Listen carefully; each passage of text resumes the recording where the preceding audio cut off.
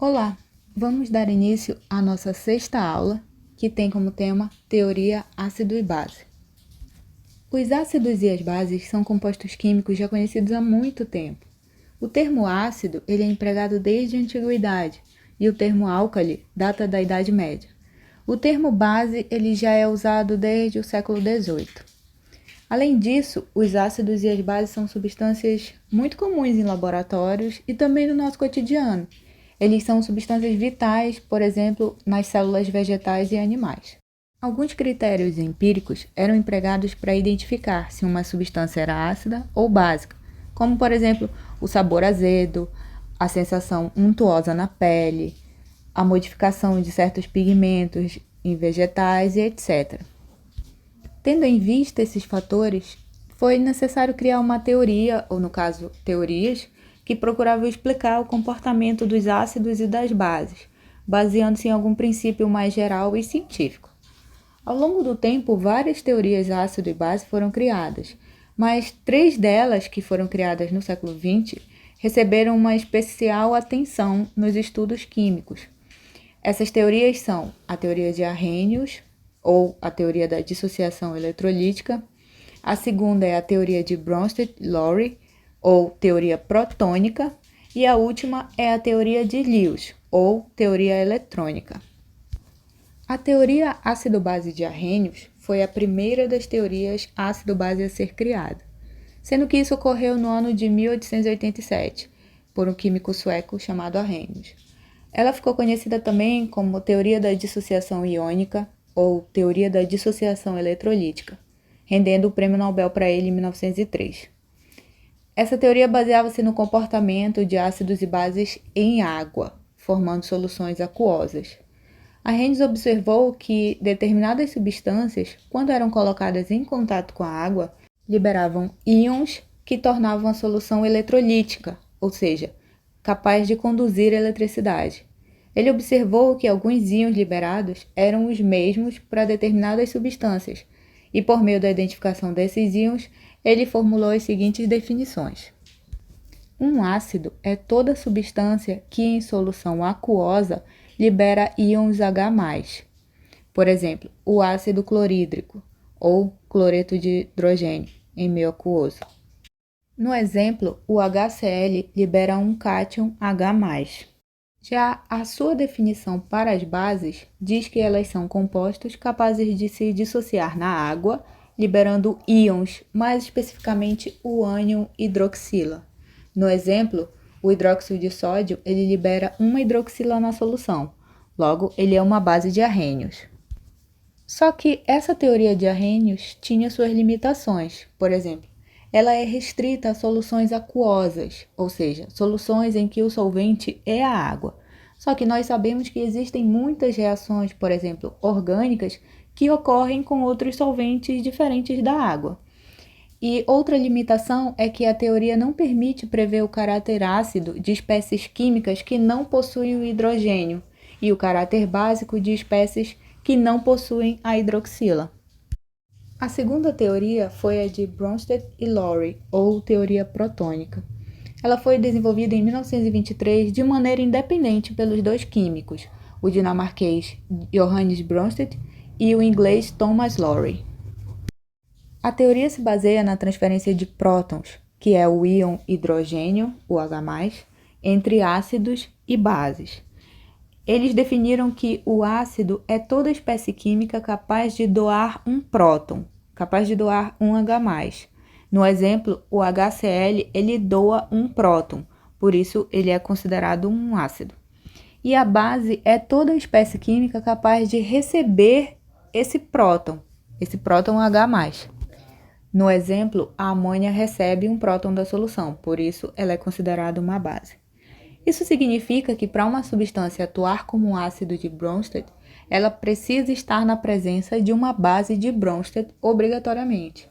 A substância não vai simplesmente liberar o próton sozinha, mas somente se for transferir para a base. Por exemplo, o HCl, que eu mencionei anteriormente, como sendo um ácido de Arrhenius, é também um ácido de Bronsted, porque quando ele reage com a água própria água vai atuar como uma base de Bronsted, porque ela vai receber esse próton que o HCl vai doar. Mas essa teoria não precisa da presença da água, já que na reação entre o HCl e a amônia, o HCl atua como um ácido porque ele doa um próton, um átomo de hidrogênio, que pode transferir-se como núcleo, para a amônia, formando o cátion amônio, que é o NH4+. E sendo assim, a amônia atua como uma base de Bronsted por receber esse próton. Os produtos da transferência de prótons em uma solução em água, eles também podem reagir com a própria água. Por exemplo, o íon fluoreto, que é o F-, produzido quando o ácido fluorídrico perde um próton para a água, ele pode aceitar esse próton de uma molécula da própria água e formar novamente a molécula de ácido fluorídrico. Assim, de acordo com a definição de Bronsted, o F-, ele é uma base conjugada do ácido fluorídrico. Resumindo, a base conjugada é a espécie produzida quando um ácido doa um próton. A mesma ideia serve para o ácido conjugado, que é a espécie produzida quando uma base aceita um próton. No nosso caso, no nosso exemplo, o ácido conjugado é o íon hidrônio. Ácidos e bases fortes ionizam-se completamente em solução aquosa, enquanto que ácidos e bases fracas ionizam-se parcialmente em solução aquosa. Portanto, o ácido forte ele forma sempre uma base conjugada fraca, porque o ácido ele tende a se manter ionizado mais facilmente, ou seja, ele doa com mais facilidade o seu próton. E uma base forte, ela sempre forma um ácido conjugado fraco, pela mesma ideia. Alguns critérios são utilizados para determinar a força dos ácidos e das bases, como, por exemplo, o estado de oxidação. Quanto maior o NOx da espécie química, ácido ou base, mais forte ela será.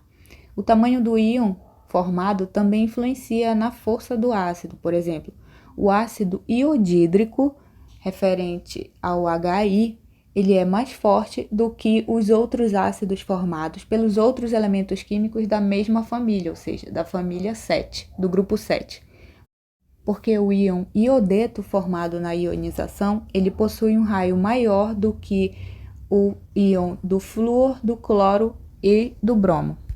Também, quanto maior for a constante de acidez, que é o Ka, ou constante de basicidade, que é o Kb, ou seja, quanto maior a quantidade de moléculas ionizadas ou dissociadas em solução, mais forte vai ser esse ácido ou essa base, respectivamente. A teoria de Bronsted-Lowry também tem as suas limitações, por exemplo, ela necessita da presença do hidrogênio na espécie. E nós sabemos que tem muitas espécies que não possuem hidrogênio, mas também são consideradas ácidas. O grau de ionização, que é representado pela letra grega alfa, ele é a relação entre o número de moléculas ionizadas e o número total de moléculas dissolvidas. No exemplo, nós temos o ácido clorídrico dissolvido em água. O HCl em água ele sofre ionização, liberando os íons H+, e os ânions Cl-. Se avaliarmos 100 moléculas de HCl em meio aquoso, nós temos apenas 92 delas sofrendo ionização, ou seja, o grau de ionização do HCl é de 92%. Quanto mais próximo de 100 for esse grau de ionização, mais forte é esse ácido. A mesma ideia é aplicada à base. Quanto maior a quantidade de compostos dissociados, mais forte será o seu grau de dissociação e mais forte vai ser essa base. É com base nesse grau de ionização que nós podemos classificar um ácido em forte, moderado ou fraco. Por exemplo, quando o alfa é maior ou igual a 50%, o ácido é considerado forte. Quando ele é menor que 50%, ele é considerado moderado. E quando o alfa é menor ou igual a 5%, o ácido é considerado fraco. A teoria ácido-base de Lewis, ou teoria eletrônica, foi desenvolvida pelo químico Gilbert Lewis em 1923, junto com a teoria protônica de Bronsted e Lowry. E ela diz o seguinte: o ácido é toda espécie química que aceita receber um ou mais pares de elétrons, e base é toda espécie química capaz de oferecer um ou mais pares de elétrons. Percebam que agora, nessa teoria, nós vamos falar sobre movimentação de elétrons.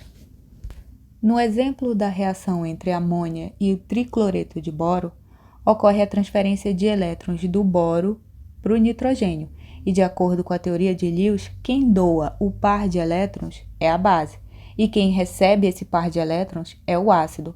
Logo, o tricloreto de boro é a base de Lewis e a amônia é o ácido de Lewis. Os conceitos de Lewis eles são mais amplos. Todos os ácidos de Arrhenius e de Bronsted-Lowry eles são ácidos de Lewis, mas o inverso ele não é correto. Lewis desvinculou o comportamento ácido-base de qualquer combinação de elemento ou até mesmo da presença ou ausência de determinados solventes. A força de um ácido ou uma base ela pode ser expressa quantitativamente através da constante de equilíbrio.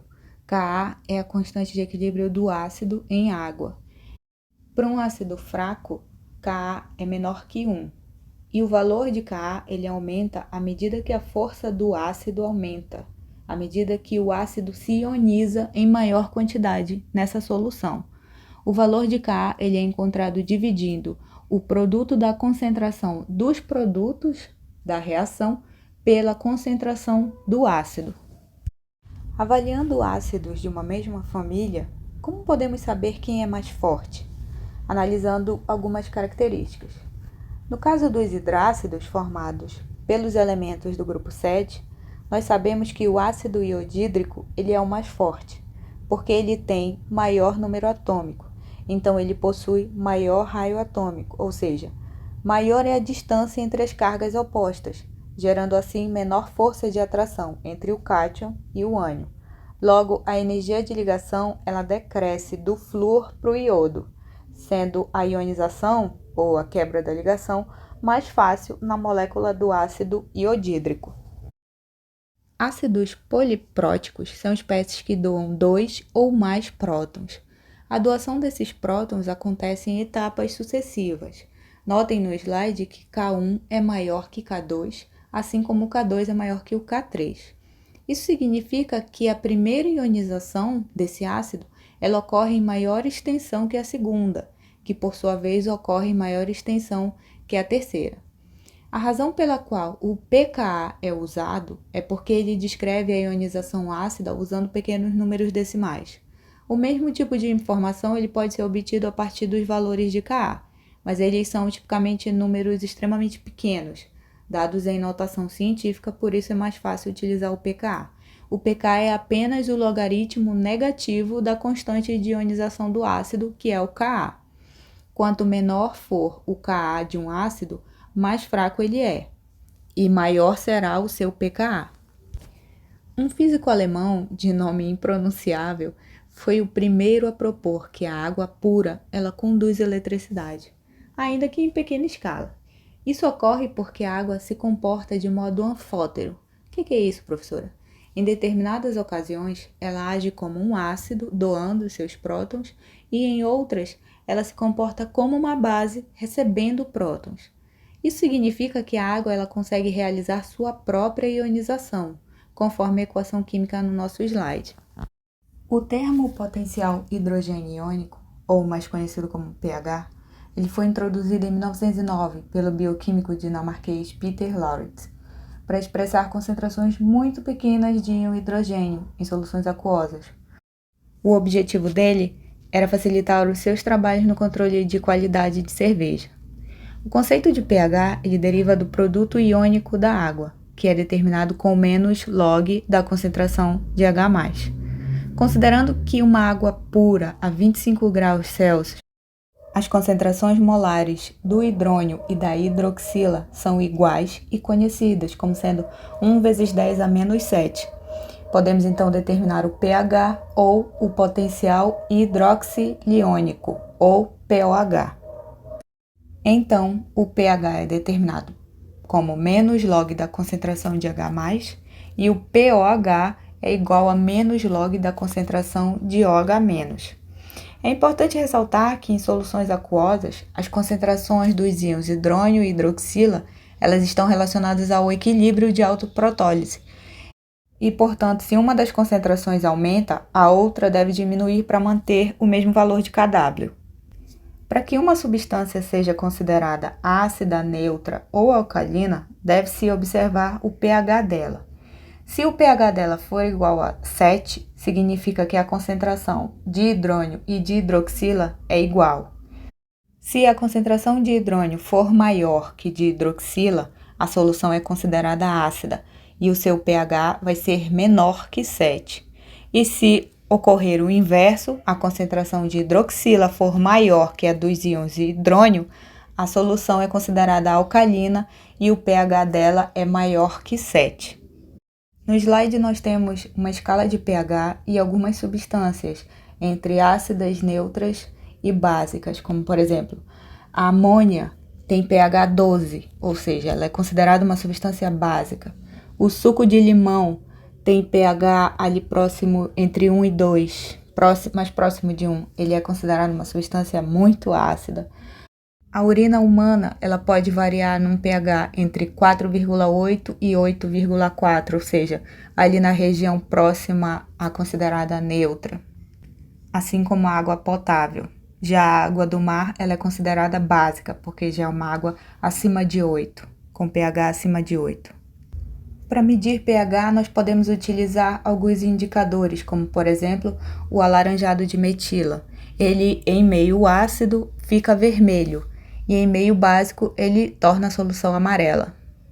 O azul de bromotimol em meio ácido fica amarelo e em meio básico ele fica azul. E a fenolftaleína em meio ácido ela fica incolor e em meio básico ela fica rosa. A fenolftaleína é um dos indicadores mais famosos e mais utilizados no laboratório.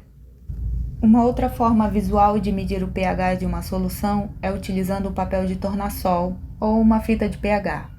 O papel de tornassol ele é um indicador que muda de cor na presença de ácidos e bases, ficando na cor azul quando em presença de uma base e na cor rosa quando na presença de um ácido.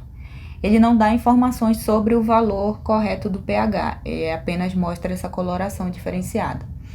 A fita de pH ele é um papel também que possui só que uma escala de variação de cor para cada tipo de pH, dando uma indicação mais precisa, um pouco mais precisa da acidez ou da basicidade daquela solução.